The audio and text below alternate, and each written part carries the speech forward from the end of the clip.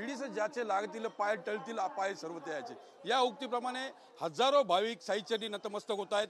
रात्रीपासून गर्दीचा ओघ सातत्याने सुरू आहे। आता हे भाविक जे आहेत ते दर्शन रांगेतून बाहेर पडतायत, साईबाबांचं दर्शन घेऊन बाहेर पडतायत, नवीन संकल्प साईबाबांकडे मांडतायत आणि कुटुंबासाठी देखील प्रार्थना करताना दिसत आहेत।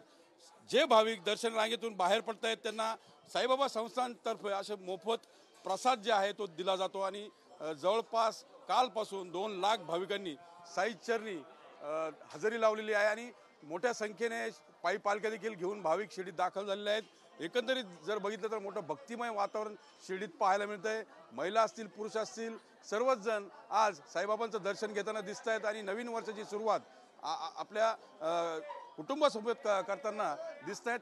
पर्यटन स्थळे जशी गर्दी असते तशीच गर्दी जी आहे ती धार्मिक स्थळे देखील होताना दिसते आणि साईबाबा संस्थांना देखील या महोत्सवाच्या पार्श्वभूमीवर किंवा नवीन वर्षाच्या पार्श्वभूमीवर उपाययोजना ज्या आहेत त्या केल्या होत्या, त्यामुळे एक आल्हाददायक दर्शन जे आहे ते भाविकांना घेता येत आहे। कॅमेरा पर्सन प्रसादसह मी मनोज गाडेकर, TV9 मराठी, शिर्डी, अहमदनगर।